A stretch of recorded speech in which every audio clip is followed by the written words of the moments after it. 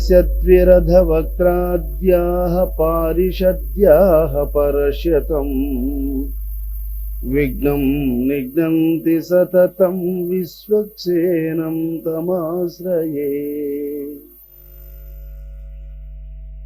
नारद वाल्मीकि कमलज भारतुలకు మ్రొక్కి రామ కథా కూపారంబును మదించెద శ్రీరామ కృపామృతంబు చేకొన విభుదుల్।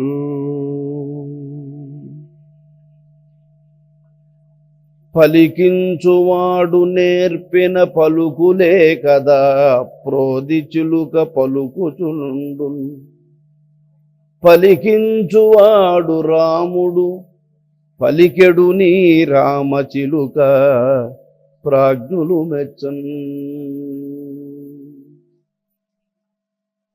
వేడుకకై రాముడు తానాడుకొన దలంచి చుట్టి అంటగ నెలమిల్ త్రాడును విసరున వైచిన ఆడెడు నీ బొంగరంబు ఆహాయన జనము।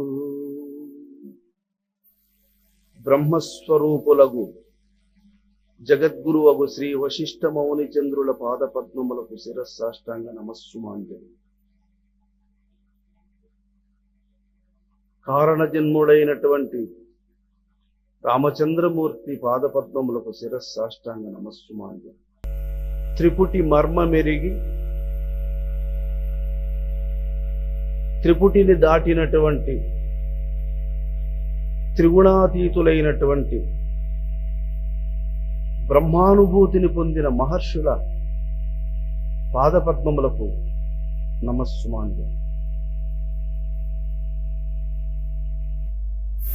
సర్వప్రాణికోటికి ముక్తిదాయకమైనది గురుసేవ। అట్టి జగద్గురువగు కేశవానంద పరబ్రహ్మ స్వరూపమునకు ప్రణామము। ఏనాటికైనా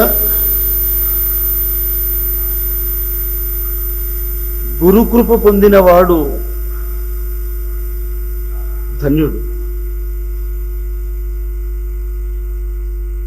ఆయన ఎదుటబడి ఆయన ఆశీర్వాదమును పొందినవాడు పునర్జన్మరహితుడు। అమృత హృదయులైనటువంటి మహానుభావులు మనకు ప్రతి జన్మలోనూ లభించదు।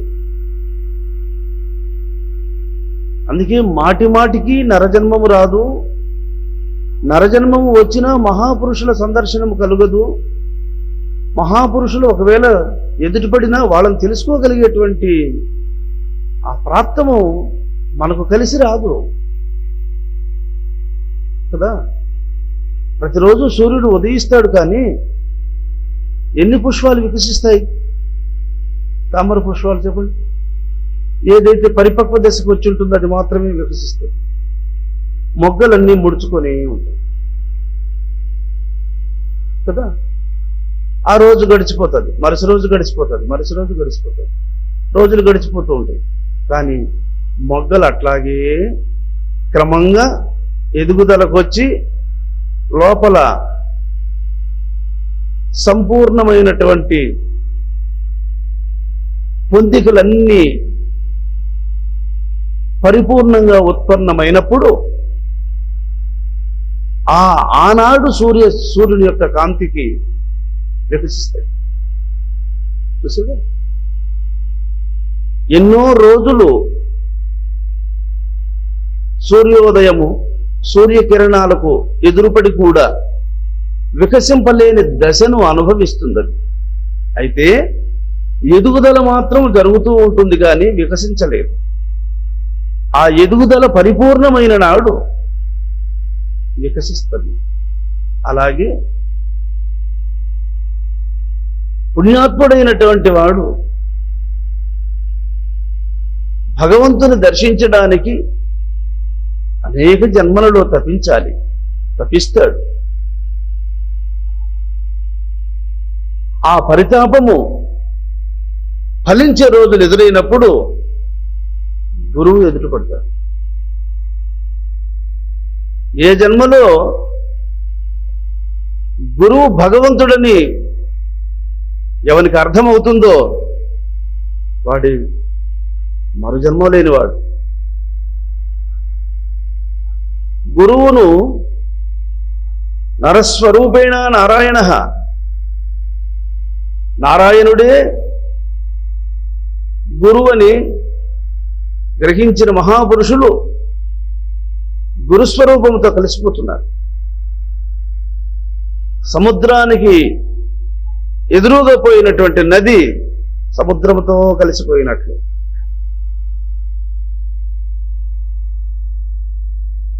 మహాపురుషులను అర్థం చేసుకున్నటువంటి జ్ఞానులు ఆ పరిపూర్ణ పరబ్రహ్మ స్వరూపమే గురువు అని తెలుసుకుని ఇస్తారు. గురువు అంటే దేహదారి కాదు, ఆయన ఒక వ్యక్తి కాదు, ఆయన ఒక అద్భుతమైనటువంటి మహాశక్తి. ఎట్లయితే నీవు నీళ్లు తాగాలి అనుకుంటే ఒక చిన్న గ్లాస్ తీసుకుంటావు కదా, కడవెత్తుకో. ఒక బావి దగ్గరికి వెళ్ళి నీళ్లు తాగాలనుకుంటే దోషులను ఉపయోగిస్తావు. అలాగా భగవంతుని తెలుసుకోవాలంటే గురువు చిన్న అవతారం ధరించి మన మధ్యలోకి వస్తాడు. ఆయన్ను గ్రహించిన వాడు అటువంటి పరమపూజ్యుడైనటువంటి మహానుభావుడు బ్రహ్మమానస పుత్రుడు వశిష్ఠ మౌనేంద్రుడు వారు మనకు ఆది గురువు. ఈ సమస్త జగత్తుకు ఆయన జ్ఞానభిక్షను పెట్టినటువంటి మహాపురుషుడు. నిజంగా ఈ లోకానికి మహాత్ములతో సమానముగా మేలు చేయదగిన వాడు లేడు ఈ లోకం. మహానుభావులు ఏ ప్రతిఫలాన్ని వాంఛించకుండా సూర్యుడు ఎట్లయితే ప్రకాశిస్తూ ఉన్నాడో, మనం ఈ లైట్కి ఛార్జింగ్ కడుతున్నాం, కానీ సూర్య భగవానుడు ఇన్ని లోకములకు ప్రకాశాన్ని అందిస్తున్నాడు. ఆయనకి ఛార్జింగ్ ఎవడు కడుతున్నాడు? ఏ ప్రతిఫలాన్ని వాంఛించకుండా గాలి వీచుతూ ఉంది, అగ్ని వెలుగుతూ ఉంది. ఫ్యాన్ వేస్తే ఛార్జింగ్ కడతాం, స్టవ్ వెలిగిస్తే గ్యాస్ సిలిండర్లకు అమౌంట్ చెల్లిస్తాం. మరి భగవంతుడు నీకు ఉచితంగా అగ్ని రూపంలో, వాయు రూపంలో, పంచమహాభూతములు ఏ ప్రతిఫలాన్ని వాంఛించకుండా నిరంతరము జీవులకు మార్చుతుంది. ఇవన్నీ భగవంతుని యొక్క అనుగ్రహాలు. భగవద్ అనుగ్రహంతోనే మనం అందరం జీవిస్తున్నాం. అటువంటి భగవద్ అనుగ్రహాన్ని పొందదగినటువంటి పుణ్యాత్ముడు, స్థిరబుద్ధి కలిగినటువంటి జ్ఞాని, పరమేశ్వరుని యొక్క స్వరూపాన్ని హృదయంలో ప్రతిష్ఠించుకున్నటువంటి ఘనుడు ఎలా ఉంటాడు, ఎలా ఉండాలి? రామచంద్ర చెప్తా విన్నాను. సర్వాతీత పదాలంబి పూర్ణేందు శశిరాశయ నోద్వేగీన చతుష్టాత్మ సంసారే నావసీధతి.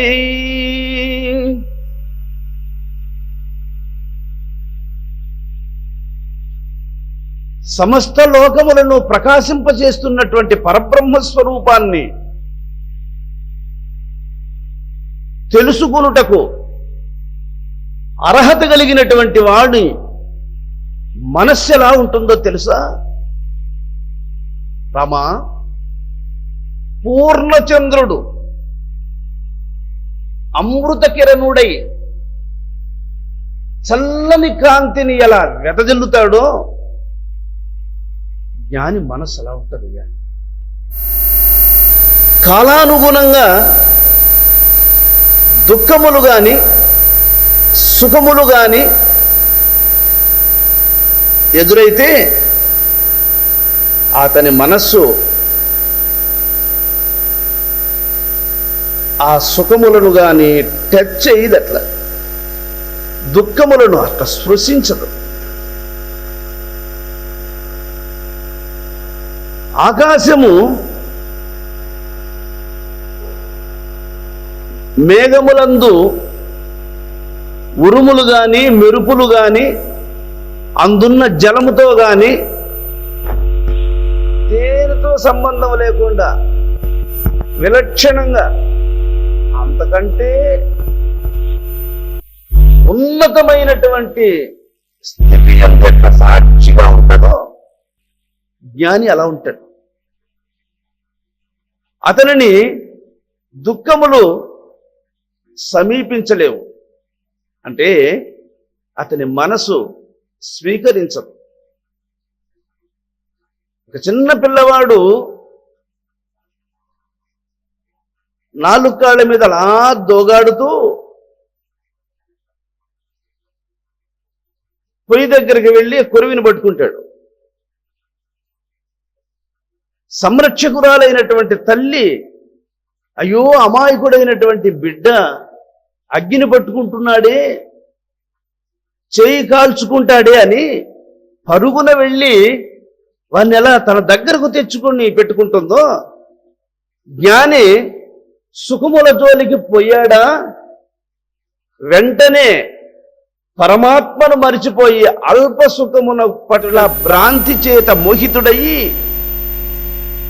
బంధమునకు నిలయమైనటువంటి దేహాదులను పొందవలసి వస్తుందని, ఈ సుఖములన్నీ క్షణికములని సుఖములను అట్ట తాకనేడంట మనసును, దాని జోలికి అట్ట పోనేడంట మనసును, వెనక్కి తీసుకుంటాడు.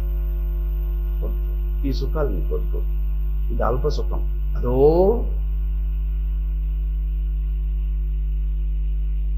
బ్రహ్మానంద సుఖం, దాన్ని అనుభవించు.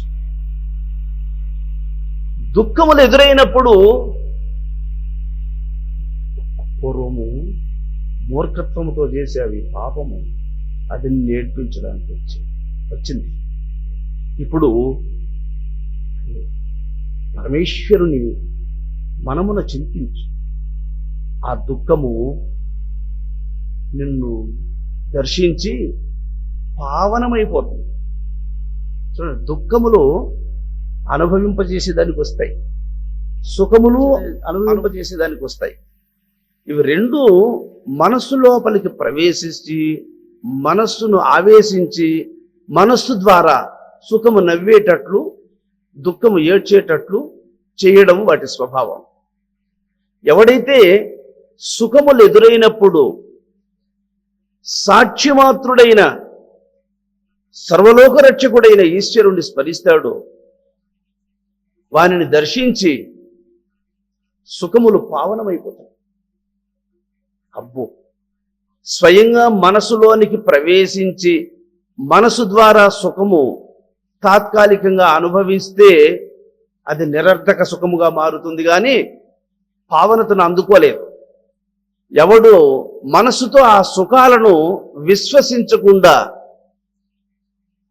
పరమేశ్వరుని కృపాపాత్రుడై ఉంటాడో అటువంటి వానిని సమీపించినటువంటి సుఖము పావనమైపోతుంది.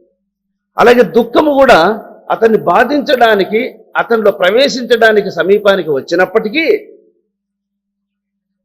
దుఃఖ స్పర్శకు మనస్సును చేరువ కానివ్వకుండా ఈశ్వరుని వైపుకు మరలించుకుని ఉన్నటువంటి ధీమంతుణ్ణి ఆ పాపములు సమీపమునకొచ్చి అతని దర్శనముతో పావనమైపోతాయి. అదండి రహస్యం. అందువల్ల సుఖ దుఃఖములు రెండూ కూడా జ్ఞాని సమీపమునకు వచ్చి శాశ్వతమైనటువంటి పావనత్వాన్ని పొందేస్తాయి. నాయన రఘుకులేశ్వర, కనుక మనస్సును అలా ఉంచుకోమ్మా. సమశత్రౌ జమిత్రే చ దయా దాక్షిణ్య సంయుతః ప్రాప్త కర్మ కరో నిత్యం సంసారే నావసీధతి.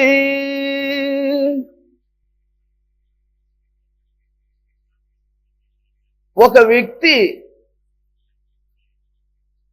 జ్ఞానిని గుర్తించలేక జ్ఞాని యొక్క గొప్పతనాన్ని గ్రహించలేకపోవడం చేత అతనిని శత్రువుగా భావించి కొన్ని దూషణ వాక్యములను గాని హానికరమైనటువంటి అపకారములు చేయడానికి ప్రయత్నించి చేసేస్తాడు. అప్పుడు శత్రుత్వముతో ద్వేషాన్ని పెంచుకొని తనకు అతడు చేసినటువంటి అపకారములను జ్ఞాని అయినటువంటి వాడు పసిపిల్లవాడు పరుగు పరుగున వచ్చి తండ్రి తొడ ఎక్కుతాడు. అప్పుడు తండ్రి కొడుకు కాలు తగిలించాడని కాలుతో ఎక్కి తొక్కుతున్నాడు, వీనికి సంస్కారం ఉందా అని కోప్పడతాడా? కోపపడడు. తొడ మీదకి ఎక్కినటువంటి కొడుకును ఆలింగనము చేసుకొని ముద్దెట్టుకుంటాడు. అలాగే తనకు అపకారము చేసినటువంటి వాని విషయములో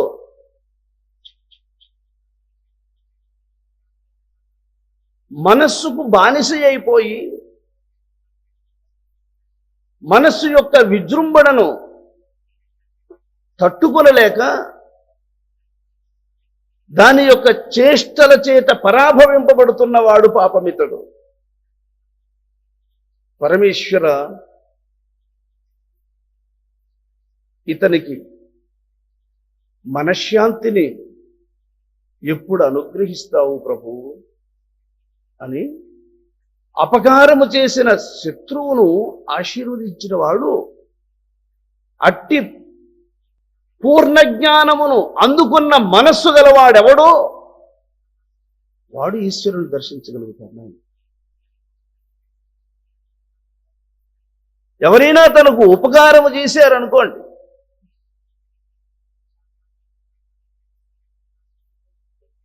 ఆ ఉపకారము ఒక వ్యక్తి ద్వారా కాదు, ఆ అనంతమైనటువంటి యొక్క పరబ్రహ్మ స్వరూపమే ఈతని ద్వారా ఈ ఉపకార కార్యములను అందజేస్తూ ఉన్నది. సర్వులను రక్షించేటువంటి అభయప్రదాత యొక్క అనుగ్రహమును సర్వులు పొందెదురుగాక అని శత్రువును మిత్రుణ్ణి, ఉపకారము చేసిన వాణ్ణి, అపకారము చేసిన వారిని ఇరువురి పట్ల సమదృష్టి కలిగినటువంటి వాడెవడో వాడు ఈశ్వరానుగ్రహ మాతృ ప్రాప్త కర్మ కరో నిత్యం. మనము ఏ ఏ కార్యములు చేయవలసినవి మన ముందున్నాయో వాటిని బాధ్యత తీసుకొని శ్రద్ధగా వ్రతాన్ని చేసినట్లు, యజ్ఞాన్ని చేసినట్లు, దీక్షను పొందినవాడు తపస్సు చేసినట్లు ఎవడు ప్రాప్తించినటువంటి సత్కార్యములను శ్రద్ధతో చేస్తాడో అట్టివాడు కృతకృత్యుడు. అటువంటి వాడు సంసారముతో బాధలను పొందడు. నాభినందతి నద్వేష్టి నశోచతి నకాంక్షతి ఈహితానిహితైర్ముక్తః సంసారే నావసీదతి. తన మనస్సును సంతోషముల సమీపానికి గాని, దుఃఖముల సమీపమునకు గాని, ద్వేషముల సమీపమునకు గాని, ఆకర్షణీయమైనటువంటి వస్తువుల సమీపమునకు గాని, ఈ సృష్టిలో గల ఏ అద్భుతమైనటువంటి, అందమైనటువంటి, విచిత్రమైనటువంటి, కోపతాపములకు కారణమైనటువంటివి ఎన్నిన్ని చిత్రీకరింపబడి తనకు ఎదుటపడతాయో వీటి అన్నిటి జోలికి మనస్సును పోనివ్వకుండా ఎప్పుడు బ్రహ్మస్వరూపమునందు మనస్సును ప్రతిష్ఠించుకుని ఉన్నవాడు సంసారమున దుఃఖమును పొందడు, దేని జోలికి పోలేడు. ఎందుకు? పసిబిడ్డను తల్లి ఎట్లయితే ఎప్పుడూ సంరక్షణ చేసుకుంటూ వాడిని చూపెట్టుకుని ఎట్లా ఉంటుందో జ్ఞాని మనస్సు పసిబిడ్డతో సమానమైంది, మనస్సుకి ఏం తెలియదు. ఒక చిన్న పిల్లాడు పొయ్యి మీద కొట్ట ఉడుకుతూ ఉంటుంది ప్రసాదం, వానికి ఏం తెలుస్తుంది? తప్పటడుగులు వేస్తూ పోయి ఆ అంచు పట్టుకొని దిగబరికేస్తాడు, నిన్న పోసుకొస్తాడు, ఏమైపోతాడు? కాలిపోతాడు. వానికి ఏం తెలుస్తుంది? ఆ పొయ్యి మీద వెసరుంది, అది మీద పడితే కాలిపోతుంది అని తెలియదు, పసిపిల్లాడు వాడు. ఏదో వానికి విచిత్రంగా కనపడుతుంది. ఆ పొయ్యి మండడం, అది కొట్టుకోట ధ్వని చేయడం, అందులో ఒక పాత్ర ఉండడం, దాన్ని పట్టుకుంటే ఏదో ఒక ఆనందం లభిస్తుంది అనుకుని పోతాడు వాడు, పట్టుకుని తెప్పిస్తాడు.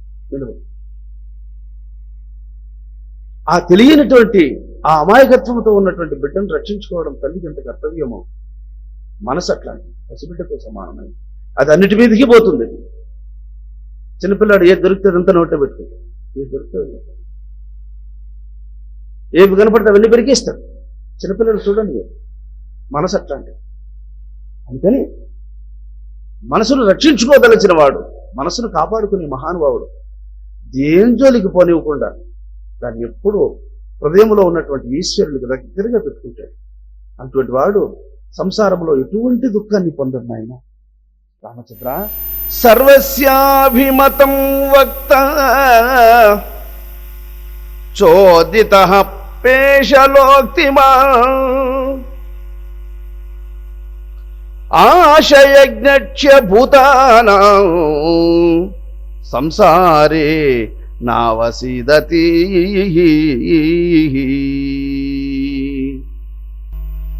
స్వాభావికంగానే మహాత్ములు ప్రశాంతంగా మాట్లాడతారు. ఎవరైనా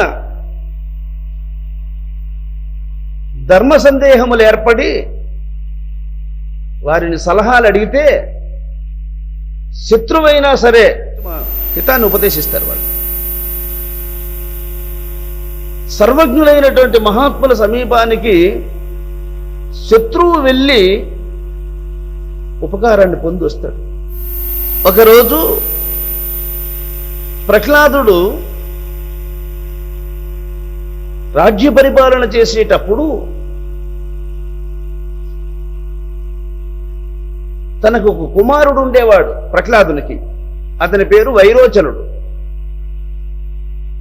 వైరోచనుడు మంచి బాలప్రాయములో ఉన్నాడు. ఊరిలో గల రాక్షస కుమారులతో కలిసి ఆడుకుంటూ ఉన్నాడు. ఒక ఆట పోటీలలో ఒక పందెం కట్టుకున్నారు. మరి ఈ ఆటలో నువ్వు ఓడిపోతే రాజు చేత నీవు శిరచ్ఛేదన చేయబడాలి. నేను ఓడిపోయినానా, నాకు శిరచ్ఛేదన రాజు చేత జరగాలి. ఇలా ఒప్పందము చేసుకొని ఆటను ప్రారంభించారు. ఆ ఆటలో ప్రహ్లాదుని కుమారుడు వైరోచనుడు ఓడిపోయాడు. నేరుగా రాజైనటువంటి ప్రహ్లాదుని దగ్గరకు తీసుకెళ్ళారు. రాజా, మేము ఈ విధమైనటువంటి ఒప్పందముతో ఆటను ప్రారంభించాము, నీ కుమారుడు ఓడిపోయాడు. శిరచ్ఛేదన ఆర్డర్ ఇచ్చేశాడు.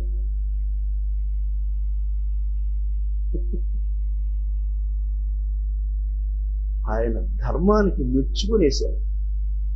మెచ్చుకొని సరే శిరచ్ఛేదన చేయడానికి నేరుగా ఆ బలిపీఠం దగ్గరికి తీసుకెళ్ళారు. అక్కడికి చివరిసారిగా మీ తండ్రికి నమస్కారం చేసుకో, బలిపీఠం ఎక్కువ అన్నారు. ప్రహ్లాదునికి నమస్కారం చేసుకున్నాడు వైరోచనుడు, బలిపీఠం మీదకి ఎక్కాడు. అప్పుడు ఆటలో గెలిచిన వాడు ప్రహ్లాదునితో ఒక మాట అన్నాడు. రాజా, గెలిచిన వాని సొత్తు ఓడిపోయిన వాడు కనుక ఆ గెలిచిన వాడు రక్షించవలయునన్నా శిక్షించవలయునన్నా ఆ అధికారము గెలుపొందిన వానికి ఉంది. కనుక నీ కుమారుణ్ణి తిరిగి నేను నీకు సమర్పిస్తున్నాను. ఇతని శిరచ్ఛేదన చేయవద్దు, కొడుకుగా అంగీకరించి తీసుకుని వెళ్ళవచ్చు అన్నాడు.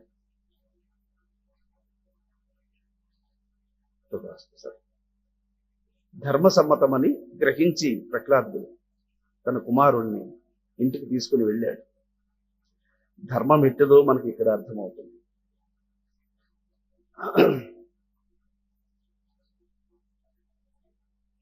రామచంద్రమూర్తితో యుద్ధము చేస్తూ ఉన్నాడు ఒక రాక్షస కుమారుడు. వేలాది మంది రాక్షసులను సంహరించగలిగినటువంటి రామచంద్రమూర్తి సూర్యోదయం మొదలుకొని సూర్యుడు అస్తమించేంత వరకు ఆ ఒక్కరితోనే సరిపోయింది. ఒక రోజంతా వాణ్ణి దాటలేడు, దాటనివ్వడు వాడు. అసలు రామచంద్రమూర్తిని ఏమాత్రం అట్లా పక్కకు తొలగనివ్వడు. ఆ విధంగా యుద్ధం చేస్తున్నాడు. రామచంద్రమూర్తి ఆశ్చర్యపడుతున్నాడు. ఏమిరా వీని చమత్కారము, వీని సాహసము, ఆ పౌరుషము, ఆ రాజటీవి అవురా ఆశ్చర్యపడుతున్నాడు. ఆ బిడ్డను చంపడానికి ఎందుకు ఆయనకు మనస్సు రాలేదు. వెంటనే విభీషణుడు వచ్చాడు. రామచంద్ర, సూర్యుడు హస్తమించే సమయంలో రాక్షసులకు బలం అధికం, కాబట్టి వీడిని నిర్లక్ష్యం చేయొద్దు, వెంటనే వధించు అన్నాడు విభీషణుడు. వెంటనే రామచంద్రమూర్తి బాణాన్ని సంధించి తల తెగ్గొట్టాడు. రాక్షస కుమారుడు కింద పడిపోయాడు.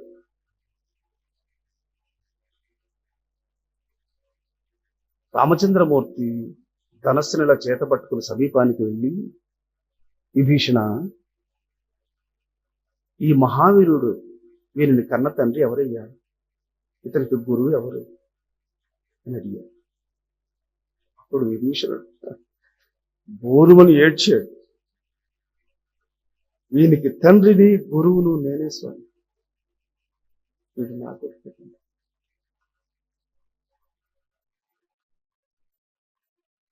విభీషణ, మరి నాకెందుకయ్యా చెప్పలేదు? రామా,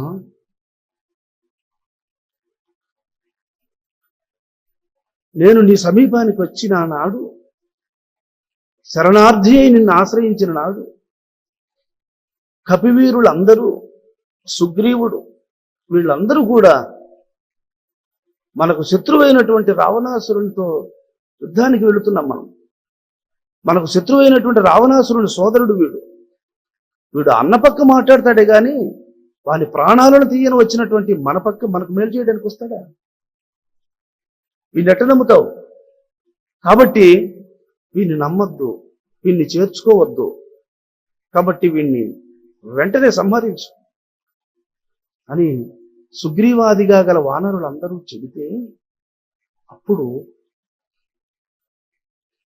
పరమ కృపాళువైనటువంటి నీవు, సుగ్రీవా, నా ఒక్క మాటను మనస్సులో ఉంచుకోనైనా, ఇతడు అపకారి కాదు, ఇతడు మనకు మేలు చేయడం మహాత్ముడని నా అంతరాత్మకు తెలుసుకో. కాబట్టి సుగ్రీవా, సందేహించు, చేయి పట్టుకొని తీసుకుని అని ఎవరు సందేహించారో వారినే నా దగ్గరికి పంపించి, నా చేయి పట్టుకుని వాళ్ళు నాతో మైత్రి చేసి నీ సాన్నిధ్యానికి తీసుకొని వచ్చి, నాడు నీ పాదముల మీద పడి ప్రణమిల్లాని నేను నీ సొత్తుని, నీకు అపకారం చేయడానికి నీ మీద ఆయుధం ఎత్తుకొని వచ్చినటువంటి వాడు నాకు కొడుకవుతాడా? స్వామి, కాబట్టి నిన్ను నమ్మిన నాడు, నీ పాదములకు ప్రణమిల్లిన నాడు నేను నీ సొత్తుని, నాకు ఇంకెక్కడికి మమకారం స్వామి, నాకు ధర్మమే గాని దయ లేదు తండ్రి. విభీషణుని కౌగిలించుకుంది. సుగ్రీవా, చూచితివా విభీషణుడు ఎంతటి ధర్మాత్ముడు అని చెప్తున్నాడు. సర్వస్యాభిమతం వక్త, ఎవరైనా సరే, శత్రువైనా సరే మహాత్ములను సలహా అడిగితే ఉన్నది ఉన్నట్టు చెబుతారు కానీ వాళ్ళు, వీడు మనకు శత్రువు, వీనికి హితం ఉపదేశించకూడదు అనే భావన వాళ్ళ మనస్సులో ఉండదు. అంత పవిత్రంగా మనస్సును ఉంచుకోదగిన వాడు, అట్టి మనస్సు గలవాడు ఈశ్వరుని దర్శించగలుగుతాడయ్యా. ఎలా బ్రతకాలనో సాధువు. అసలు భక్తి అంటే అది ఏం నామాలు పెట్టుకోవడం కాదు, మాలలు వేసుకోవడం కాదు, వేషాలు ఏవీ కాదు, మనసును సంస్కరింపజేసుకోవడమే, మనసును కాపాడుకోవడం, మనసును తీర్చిదిద్దుకోవడమే. అదే నిజమైనటువంటి భక్తి, నిజమైనటువంటి వ్రతం అదే. అట్టి సమదృష్టి కలిగినటువంటి మహనీయుడు రామా. పూర్ణాం దృష్టిమవష్టభ్య ధ్యేయత్యాగ విలాసిని జీవన్ముక్తతయా స్వస్థో లోకే విహార రాఘవ. శ్రీరామచంద్ర, ఇంతవరకు నీ మనస్సును ఏ అహంకారము ఆవరించుకుని ఉన్నదో దాన్ని వదిలిపెట్టు. పాము కుబుసాన్ని విడిచినట్టు పాపము నిన్ను వదిలిపోతుంది నాయన. సహజంగా ఈ మనస్సు దేహము నేను అంటుంది, ఇవన్నీ నావే అంటుంది, ఇవంతా చేసింది నేనే అని అంటుంది. ఇదే అహం. దాన్ని వదిలిపెట్టు. ఎప్పుడు అహంకారం మనస్సును వదిలిపోతుందో, జ్ఞానముతో అహంకారం ఇట్టిదని గ్రహించి ఏనాడు నువ్వు వదులుకుంటావో, ఏ ఒక్క సంకల్పము నిన్ను స్పృశించి కదిలించలేదో ఆ క్షణమే స్వస్వరూపానుభూతిని పొందదగినటువంటి సమయం. రామ, అటువంటి బ్రహ్మజ్ఞానమును ఈ క్షణమున నీకు సిద్ధించునుగాక. ఆశీర్వదించారండి గురువు. అది వారి వాక్కుతో పోవాల్సిందే కానీ అది నీ ప్రయత్నాలు చాలవోయ్. అంతఃసత్యక్త సర్వాశో వీతరాగో నివాససః బహిఃసర్వ సమాచారో లోకే విహార రాఘవ.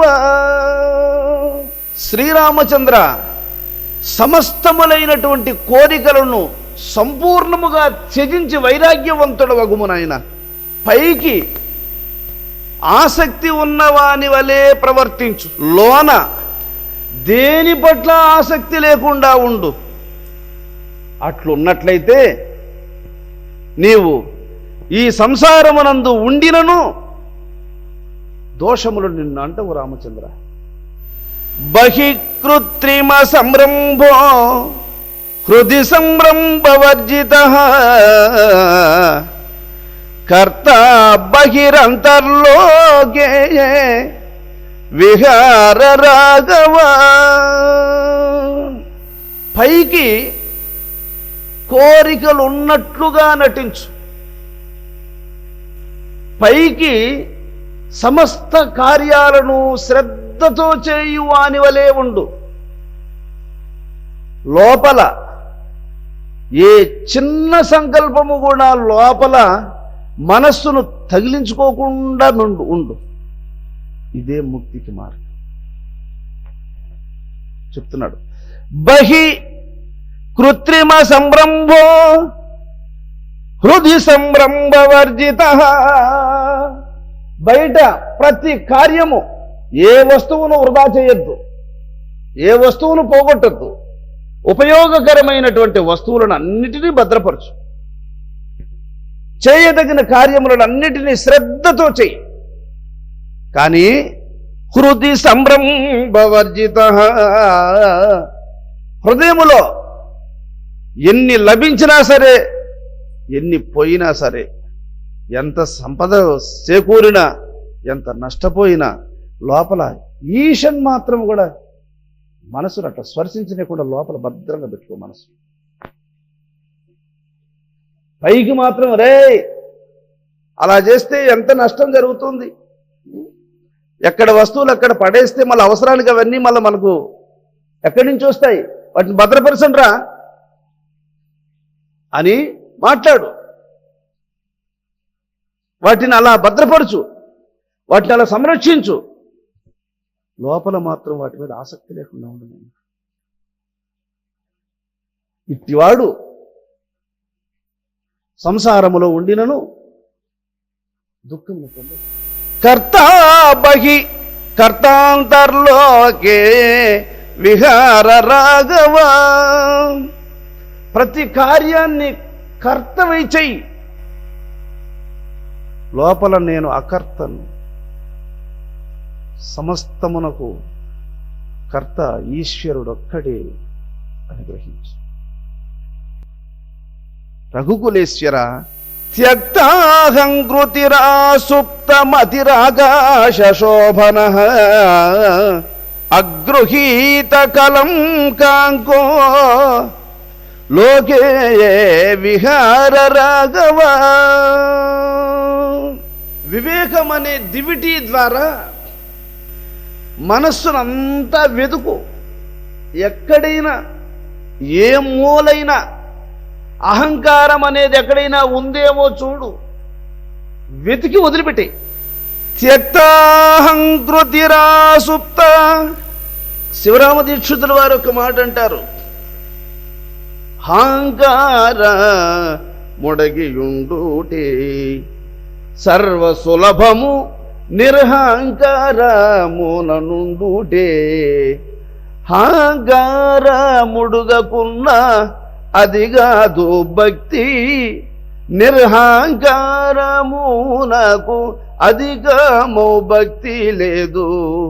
అహంకార ముడగి ఉండుటే సర్వ సులభము నిర్హంకారముననుండుటే. భగవత్ప్రాప్తికి సులభమైనటువంటి మార్గము అహంకారము లేకుండా ఉండడమే. కనుక త్యక్తాహంకృతిరా సుప్తమతిరాకాశ శోభన. ఆకాశము వలె అంటరాని వాడవై మనస్సునంత మహోన్నత స్థితి యందు ఉంచుకోనాయన రఘుకులేశ్వర. అగృహీత కలం కాంకో లోకే విహార రాఘవ. నిర్మలుండవై సమస్త దోషవర్జితుడవై వ్యవహరింపుము. కుటుంబ దోషములు నిన్ను అంటవు రఘుకులేశ్వర. ఉదార పేషలాచార సర్వాచారానువృత్తిమా అంత సర్వ పరిత్యాగి లోకే విహార రాఘవ. ప్రతి కార్యాన్ని సులభమైన శైలిలో అతి సున్నితంగా చేయదగిన శక్తి జ్ఞానికి అలవడుతుంది. సమస్త కార్యములను చేయుచు శ్రద్ధాపరుడవై నిర్విరామంగా చేయదగినటువంటి ఉచిత కార్యములను, శాస్త్రసమ్మతమైనటువంటి మహాకార్యములను శ్రద్ధతో చేయుచు చెబుతున్నాడు. అంతఃసర్వ పరిత్యాగి. లోపల ఏ ఒక్కదాని మీద ఆసక్తి లేకుండా ఉండు. అట్లుండుట చేత జనక మహారాజు నా ఎదుట కూర్చొని బ్రహ్మజ్ఞానోపదేశమును వింటున్న సమయములో నేనే జనకుని యొక్క అంతఃపురానికి యోగ దృష్టితో అగ్ని రగిల్చాను. ఆయన పట్టణమంతా కాలిపోయేటట్లు భస్మము చేశాను. రాజా, నీ అంతఃపురము కాలిపోయింది. నీ భార్యా పిల్లలందరూ అందులో పడి దగ్ధమైపోయారు. ప్రజలందరూ లబోదిబో అని కొట్టుకుంటూ ఊరు వదిలి వెళ్ళిపోతూ ఉన్నారు. నీవేదైనా ప్రయత్నము చేసి ఈ ఉపద్రవాన్ని ఉపశమింపజేసే మార్గాన్ని ఆలోచించకపోతే పట్టణములో గల ప్రజలు ఇంక బ్రతుకలేరని ప్రజలందరూ లబోదిబో అని ఉపన్యాస మండపము దగ్గరకు వచ్చి గోల చేస్తూ ఉన్న సందర్భములో, రాజా జనక మహారాజా, ఎంత నష్టము ఎంత కష్టం ఎదురైందయ్యా నీకు. లే వెంటనే తగు ప్రయత్నము చేసి ఆ మంటలను చల్లార్చు. ప్రవచనాలు కాకుంటే మళ్ళొక్కసారి చెప్పుకోవచ్చు అని అన్నాడు. అప్పుడు గురుమూర్తికి నమస్కరించి జనక మహారాజు, తండ్రి, ఉత్తది జగమని చిత్తము నిలిపిన సత్తు చిత్తుగక సమరసమైనది, అదిగో చూడండి గురుపదమిదిగో తెలియండి. సర్వజ్ఞులైనటువంటి మహాపురుషులు మీరు, మీకు తెలియని ధర్మములు ఏమున్నాయి తండ్రి? మీ యొక్క దివ్య బోధల ద్వారా ఈ జగత్తు మాయని, ఈ జగత్తు లేదని నేను తెలుసుకున్నాను. లేనిది ఎక్కడైనా కాలిపోతుందా? కనుక మిథిల కాలలేదు స్వామి అన్నాడు. ఆయనకు తన అంతఃపురము కాలిపోయింది అనేది లోపల లేదు, బాధ లేదు. తన భార్య తన పిల్లలు మంటలో పడి మండిపోయారు అనేటువంటి బాధ కూడా లేదు ఆయనకు. ఎందువల్ల? ఇంతకాలము ఆ కోటను నిర్మించింది ఆయనే, దానికి సంరక్షకుడు ఆయనే, ప్రజా పరిపాలనా దక్షుడు ఆయనే, భార్యతో పిల్లలతో ఆలన పాలనను అనుభవిస్తూ ఉన్నది ఆయనే. ఇవన్నీ ఆయన చేస్తూ ఉండి కూడా అవన్నీ దగ్ధమైపోయిన నాడు వాటిని గూర్చి చింతించకుండా ఉన్నాడు అంటే లోపల ఏమాత్రము ఆసక్తి లేకుండా వీటిని అనుసరిస్తూ ఉండిన దానికి గుర్తిదే. ఇంతవరకు ఇన్ని కార్యాలను, రాజ్య పరిపాలనా బాధ్యతలు కావచ్చు, భార్య పిల్లలతో ఆలన పాలన కావచ్చు, వీటన్నిటినీ శ్రద్ధతో పరిపాలనా ధర్మాలను అన్నిటినీ అనుసరిస్తూ ఉండి కూడా లోపల ఆసక్తి లేకుండా ఉన్నాడు అనడానికి గుర్తు ఇవన్నీ కాలిపోయిన నాడు వాటి గురించి చింతించకుండా ఉండడమే. కాబట్టి ఇది విలక్షణుని యొక్క లక్షణం. ఇలాగా ఎవడైతే బయట కార్యములన్నింటినీ శ్రద్ధగా అనుసరిస్తూ లోపల వాటిని ఎవడైతే వాటి పట్ల ఆసక్తి లేకుండా ఉంటాడో వాడు త్యాగి. కనుక రామా, అంతరంగమునందు పరబ్రహ్మస్వరూపమును సదా వీక్షించదగినటువంటి సమర్థత మనస్సుకు అప్పుడు చేకూరుతుంది. ఎవని మనస్సు ఒక బ్రహ్మ వస్తువును తప్ప దేనిని స్పృశింపదో, అంటే ఒక చక్రవర్తి కుమార్తె భిక్షగాన్ని పెళ్లి చేసుకోవాలని అనుకుంటుందా? చెప్పు. చక్రవర్తి కుమార్తె భిక్షగాన్ని పెళ్లి చేసుకోవాలని అనుకుంటుందా? అలాగా బ్రహ్మానుభూతిని రుచి మరిగినటువంటి మనస్సు ప్రపంచ భోగముల వైపు తిరిగి చూస్తుందా? కన్నెత్తుందా? అట్టి బ్రహ్మానుభూతిని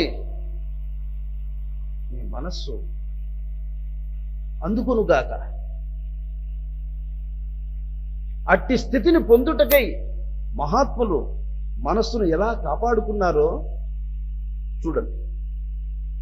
శరీరం భూమి మీద ఉంది, ఇది ఇంకా కొంతకాలము కాలాధీనంగా జీవనము సాగింపనున్నది. ఇది జీవించి ఉన్నంత కాలము దీనికి వస్త్రములు అవసరం, గృహం అవసరం, ఆహార పదార్థములు అవసరం. వాటిని సంపాదించుకోవడానికి చేయవలసిన కార్యములు చేయడం అవసరం.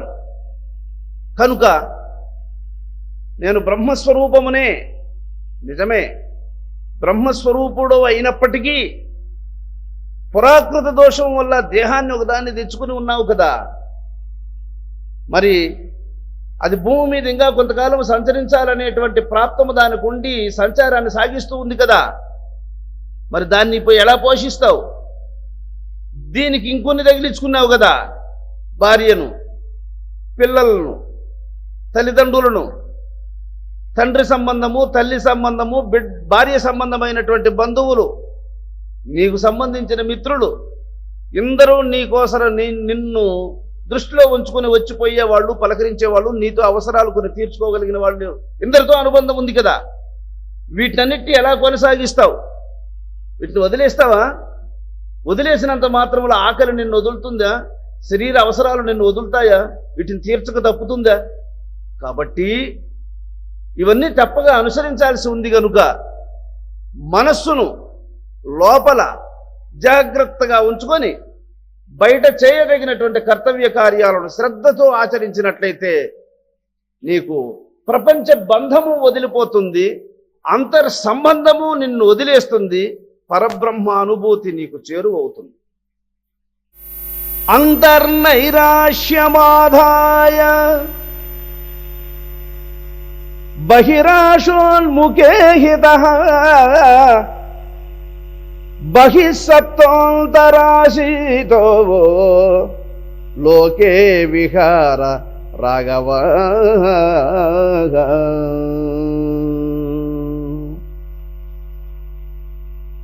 రఘుకులేశ్వర నాయనా రామచంద్ర, లోపల ఆశ లేని వాడవుగా ఉండు.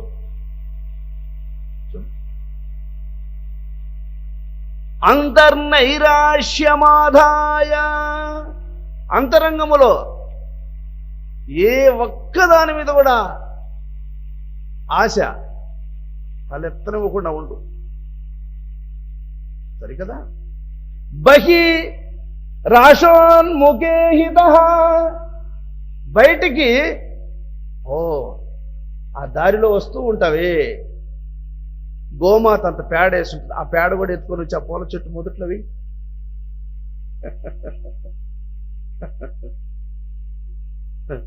ఆ పూల మొక్క వాడిపోతుంది, చూసావు కదూ, ఒక చెంబుతో నీళ్ళు తీసుకుని పోయి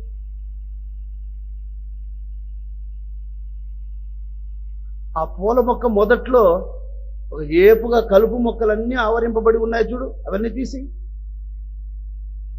ప్రతి పని బయట అన్నింటినీ శ్రద్ధతో ఆచరించు అని చెప్తున్నా. బయట ఏ ఒక్క పనిని బ్యాలెన్స్ పెట్టు, ఏవేవి ఎప్పుడెప్పుడు ఏమేం చెయ్యాలనో అవన్నీ బహిస్తప్తాంతరాశీతో లోకే విహార రాఘవ. ఈ విధంగా నీవు లోపల ఆసక్తి లేని వాడవై పైకి ఆసక్తి గలవాడవై శ్రద్ధతో సమస్త కార్యములను నీవు చేయదగినవి, నీకు కర్తవ్యమైనవి, నీ బాధ్యతగా ఈశ్వరుడు నీకు ఎదుటపరిచినవి శ్రద్ధతో చెయ్యి. అప్పుడు నేను ఇవన్నీ వదిలిపోతాయి. సంసారములో మెలగవలసిన విధానం ఇది. ఇట్టివాడు బంధమును వదిలించుకుంటాడు. అయం బంధు పరఛాయ మయం ఛాయ మయం భవ ఇతి మిథ్యాదృశో రామ విగళంతు తవాధునా.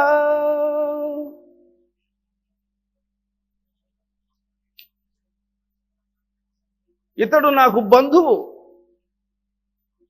వీడు నా కొడుకు, వీడు నాకు శత్రువు.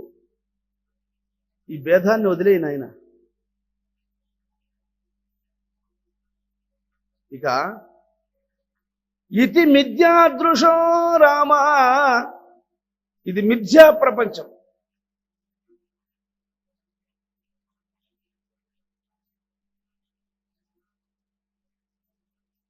నువ్వు కొన్ని బొమ్మలు చేసావనుకోండి, ఒకటి భార్య బొమ్మ, ఒకటి అమ్మ బొమ్మ, ఒకటి కొడుకు బొమ్మ, ఒకటి స్నేహితుని బొమ్మ, ఒకటి శత్రువు బొమ్మ, ఇంకొకటి దొంగ బొమ్మ. ఈ బొమ్మల్లో దేని మీద ద్వేషం పెట్టుకుంటావు, దేని మీద మైత్రిని పెట్టుకుంటావు, దేన్నెత్తి మీద పెట్టుకుంటావు చెప్పు? అన్నీ బొమ్మలే. కాబట్టి మనస్సు ఇన్ని రూపములలో నీ ముందు నటిస్తూ ఉంది, నిన్ను పరీక్షిస్తూ ఉంది. నీకు శత్రువు వలె ఒకని ద్వారా ప్రతిఘటిస్తుంది, మిత్రుల వలె మరొకని ద్వారా సహకరిస్తుంది, నీ యోగ పరిపక్వతను టచ్ చేస్తుంది.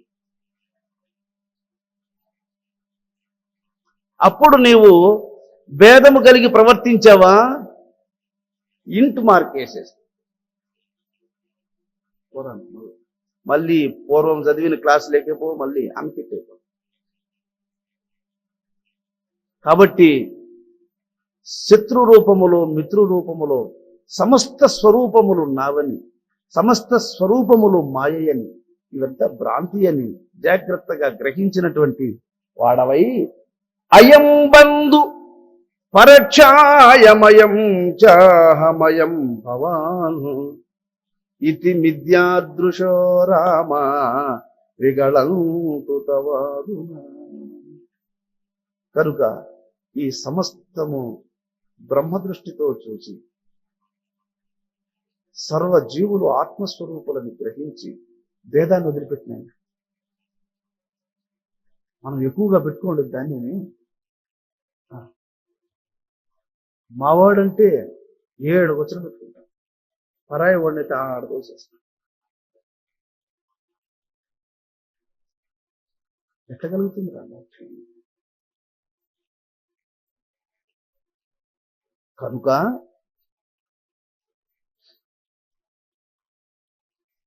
స్వపరభేదం జ్ఞానికి ఈ సమస్త ప్రపంచము తన కుటుంబం. తన కుటుంబములో తల్లి, తండ్రి, అన్న, తమ్ముళ్ళు, చెల్లెండు, బావలు, బావమరుదులు, ఒకే కుటుంబానికి సంబంధించిన వాళ్ళు, అభిమాన పాత్రులం.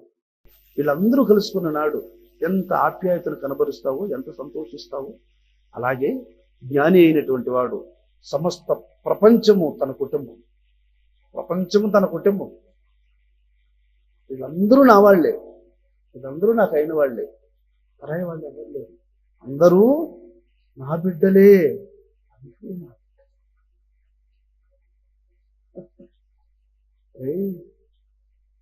మా గురువు గారు అనేవాడు, నేను పంది అనుకున్నట్టు ఈనుకున్నాను రా, 4 గాళ్ళు చంపేసి పడుకుంటేనే కానీ అన్ని రొమ్ములు అందవు బిడ్డలకు. అందుకని పరమేశ్వర వదిలేశాను రా నేను అన్ని. మాటలు అంటే పంది ఈనుకున్నట్టు ఈనుకున్నాను రా బిడ్డలు, లోకమంతా నా బిడ్డలేను. వాళ్ళ అంతరంగం మనకు అర్థమైన నాడు మనం రామా ఎంత దయోదాసులపై, మహాత్ములకు శిష్యుల పట్ల ఎంత వాత్సల్యం ఉంటుంది అంటే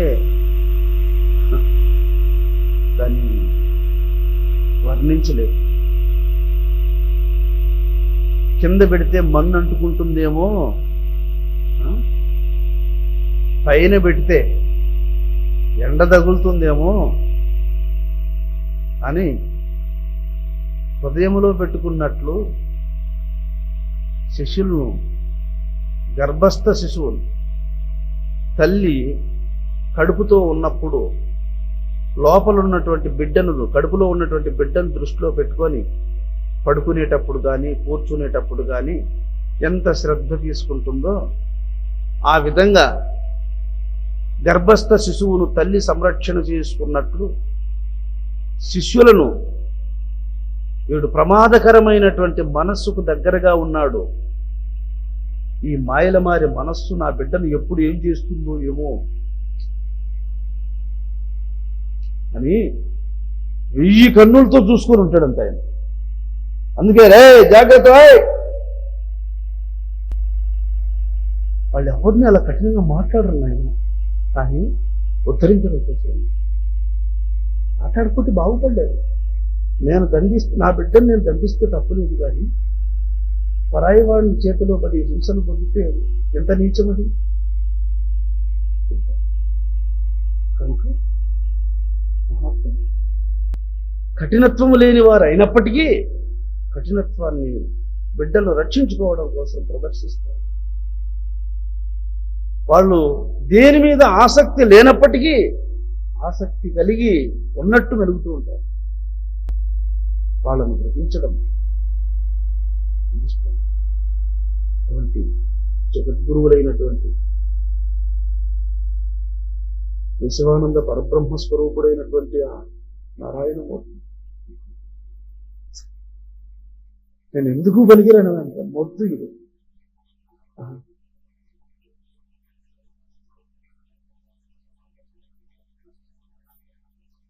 ఆ మూల వీధిలో పడేసినటువంటి ఒక రాయిని శిల్పి దాన్ని విగ్రహంగా చెక్కి గర్భగుడిలో పెట్టాడు అనుకో, ఇంకా తండోపతండాలుగా భక్తులు కడ్డీలు, కర్పూరము, పండ్లు, పంచదార, పంచామృతము ఇవన్నీ క్యూలో వచ్చి స్వామివారికి నమస్కరించి నైవేద్యముగా ఆయన్ను పూజించి నైవేద్యం ఇచ్చి నమస్కరించిపోతూ ఉంటారు. ఇంతవరకు వీధిలో పడి ఉన్నటువంటి రాతికి శిల్పి చేతిలో పడి విగ్రహంగా మారడం చేత ఎంత గౌరవం వచ్చిందో అలాగా కదా ఇది. ఎక్కడో ఏ మారుమూలో ఏ చెట్టు కిందను ఎన్నో నీచ జన్మాదులను పొంది ఇంకెన్నో నీచ జన్మాదులకు పోవలసినటువంటి వీణ్ణి ఉద్ధరించాలనేటువంటి వాత్సల్యంతో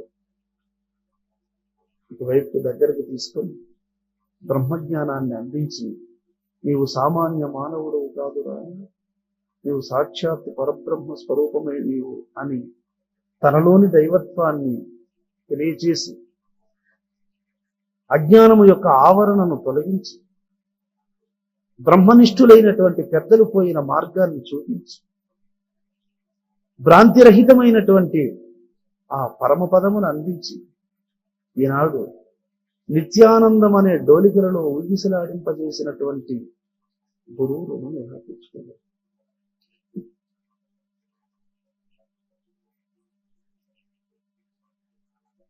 శరీరము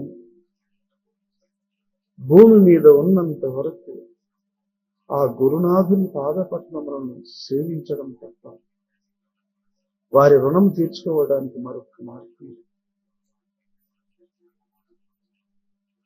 మేలుకుని ఉన్నంత వరకు, జీవించి ఉన్నంత వరకు వారి పాదపద్మములను స్మరించడమే మంత్రం, వారి నామమే మంత్రము, వారి దర్శనమే దివ్య వైకుంఠధామం. వారిని ఎప్పుడూ సంకల్పములో ఉంచుకోవడం కంటే చేయవలసిన వ్రతం ఇంకొకటి లేదు.